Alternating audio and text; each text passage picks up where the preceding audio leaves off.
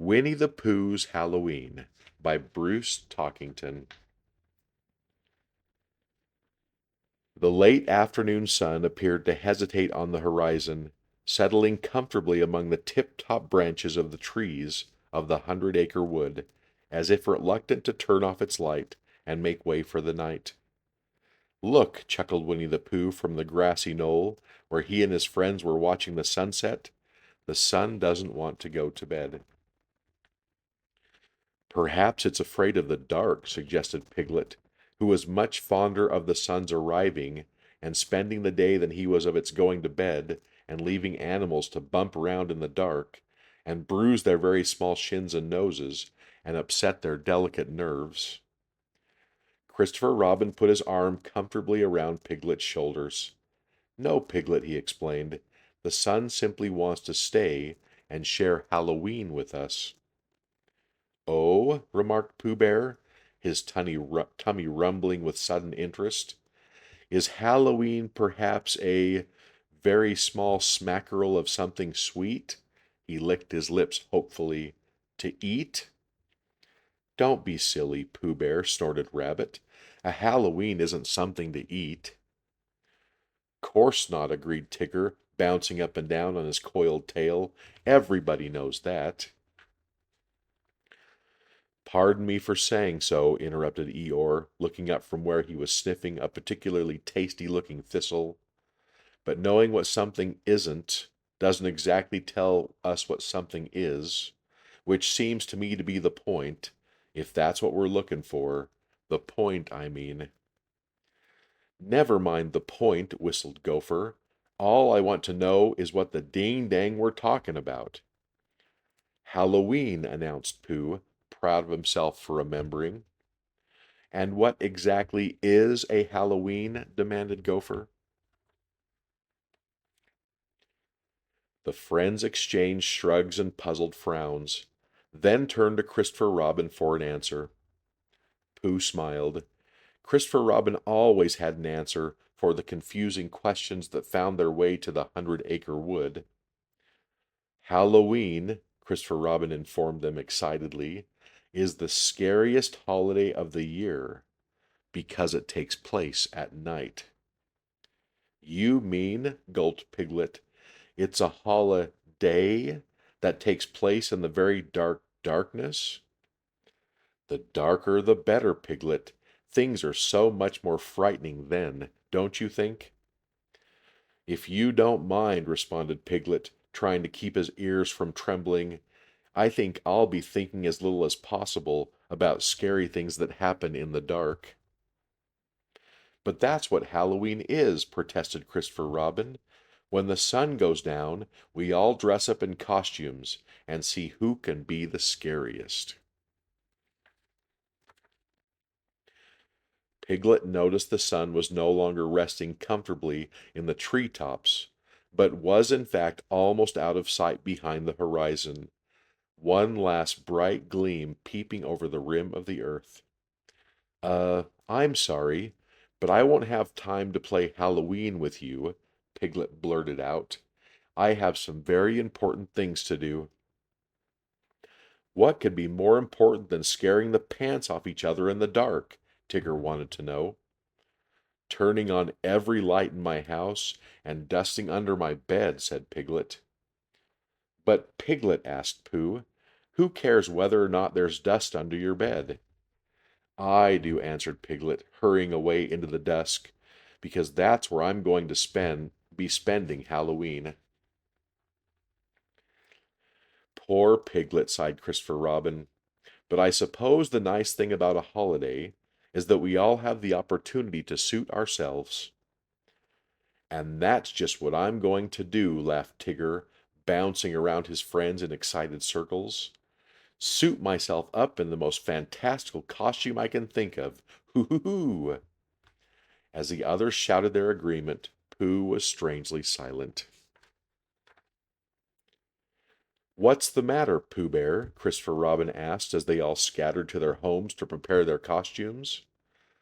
"Well," Pooh responded thoughtfully, scratching an ear, "I suppose I'm going to miss sharing Halloween with my best friend Piglet." That is too bad, Christopher Robin agreed. You're simply going to have twice as much fun as anyone else and share it with him later. Why, what a nice idea, exclaimed Pooh, and I'll have to be twice as scary, too. You'd better get started on your costume, laughed Christopher Robin. Oh, yes, Pooh mused, beginning a slow ramble home. My costume. Pooh remembered that his scariest experiences were whenever he visited the honey tree for an extra smackerel or two, or more, before or after whatever meal it happened to be. Eating always made Pooh very hungry. Nothing is scarier than a honeybee, Pooh decided, and that's what I'm going to be, a bee. So when Pooh arrived home, he immediately opened up his chest of odds, ends, and middles, of items of no possible use to anyone except to a bear of very little brain, and began to look for his costume. In no time at all, Pooh was ready. With black paint, Pooh had painted large stripes around his middle. A plunger was stuck to his sitting down side, with a small pennant attached proclaiming Stinger in case anyone needed reminding. And on his head were Pooh's answer to antenna, two wobbly springs capped with ping-pong balls. Now that, Pooh said to himself, as he examined this image in the mirror of a very stout honeybee, is very alarming indeed. He hurried out to meet his friends, convinced there would be no one better suited for Halloween than he. The night had become quite dark, despite a sky full of stars and a huge autumn moon. Pooh would have walked right over Gopher without seeing him, but then he noticed two glowing eyes peering out of the gloom. "Well," Gopher's voice demanded, "what do you think?" Pooh had to look very closely to distinguish his practically invisible friend at all. He was wrapped head to foot in a billowing black cloak.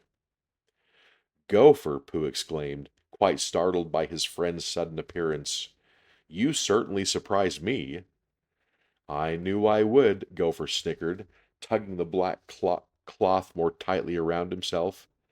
"Nothing spookier than a dark night, so that's what I decided to be. Scared myself out of a week's sleep when I looked in the mirror. Love this Halloween." Before Pooh and Gopher could discuss costumes further, Tigger dropped very suddenly out of the night sky and landed with a thump between them. Then, with a loud hoo hoo hoo, he squirted them both with a small water pistol. "Tigger!" spluttered Pooh, rubbing the water out of his eyes and gazing at his friends in wonder. Tigger had donned a bright red jersey, with a wriggly bolt of yellow lightning emblazoned across the front. "Who do you think you are?" whistled Gopher, as he wiped his face with the corner of his cloak. "You know the rainstorm everyone's so afraid is going to show up at the wrong time, and rain on whatever it is they don't want rained on?" Tigger gave Gopher and Pooh another little squirt each. "Well, I'm here. Terrifying, ain't I?" "Not to me," rumbled a voice from behind them. All three spun around in surprise. "Eeyore!" they shouted with delight. Eeyore was wearing a large red nose carefully taped over his own, as well as a yellow ruffled collar around his neck. On his head was perched the tallest and pointiest clown hat anyone had ever seen. It was crowned by a huge, feathery orange ball. "I was afraid if I were too frightening, I'd have to spend Halloween alone," Eeyore explained. "Hope I didn't frighten anyone too badly." "Just barely, Eeyore," Pooh reassured him. "If I hadn't heard your friendly voice first, I'm sure I'd be running for my life this very moment." "No doubt about it," added Gopher. "Abso-posolutely," agreed Tigger. "I shouldn't believe you for a minute," grumbled Eeyore. Then a smile spread over his face. "But I'm going to because it feels so good." The four friends began a long, loud laugh that stopped very suddenly in the middle when they saw Rabbit staring at them in annoyance. "What are you laughing at?" Rabbit wanted to know. "This is the most frightening costume I could think of." Rabbit had pasted soft clumps of white cotton all over himself. It's, it's, they all struggled for a suitable word. "It's very fluffy," Pooh finally blurted out. "Perhaps it would be more frightening," suggested Eeyore gently, "if you told us what you are."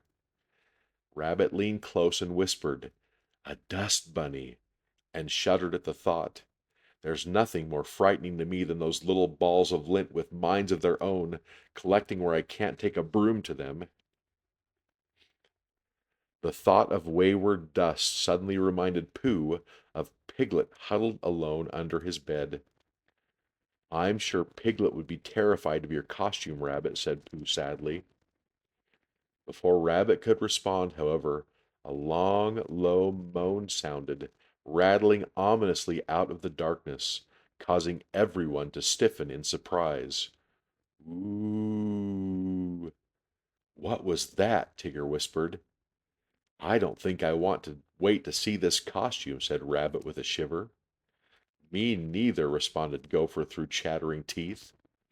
Another moan drifted out of the blackness under the trees. "Ooh." "I think we should go to Piglet," suggested Pooh, "and make sure he's not too frightened." "Ooh." The moan sounded much closer this time. "You're right, Pooh. That's what friends are for. Last one to Piglet's house is—" "Not first," shouted Tigger. The friends ran headlong through the 100 Acre Wood, silver moonlight illuminating the path where beneath their pounding feet. In the distance, Pooh's house had every light ablaze, and shone like a beacon to guide weary travelers home. Tigger threw open Piglet's front door and sped inside, followed closely by Rabbit, Gopher, and Pooh, with a panting Eeyore bringing up the rear. Thundering across Piglet's gleaming floors, they all tried to stop, but the hours of careful waxing by the fastidious Piglet proved their downfall. Skidding through the house, feet scraping frantically for a foothold, they all slipped onto their soft sides and slid in a tangle to end up in a pile under Piglet's bed. "Piglet?" asked Pooh quietly. Then, upon realizing his friend was nowhere to be found, he shouted at the top of his lungs, "Piglet!" "Ooh," sounded an answer from outside the bed. "It's got Piglet," Pooh whispered. "No," answered Piglet's voice from where the moan had sounded a moment before. Then the bedspread lifted, and the smiling Piglet joined them under the bed. "It didn't get me. It is me." "You mean that loud noise was you all the time?" exclaimed Rabbit. "Yes," Piglet admitted happily. "Who would have guessed," Pooh laughed, "that the scariest costume turned out to be no costume at all?" "You see," Piglet explained in a very small voice, "I was so scared about being scared that I knew the only way Halloween was going to be a holiday for me was if I was the most frightening one of all." "And you did a stupendous job," laughed Tigger, patting Piglet on the back. "But what do we do now?" "Well," said Pooh thoughtfully, noting how cozy it was all snuggled under Piglet's bed, "why don't we stay here and share Halloween?" "And have hot chocolate," suggested Eeyore. "And tell scary stories," added Tigger. "Excellent," announced Rabbit. "I'll go first. Once upon a time, there was a giant dust bunny." As Rabbit continued, Pooh put his arm around Piglet's shoulders, and they exchanged happy smiles.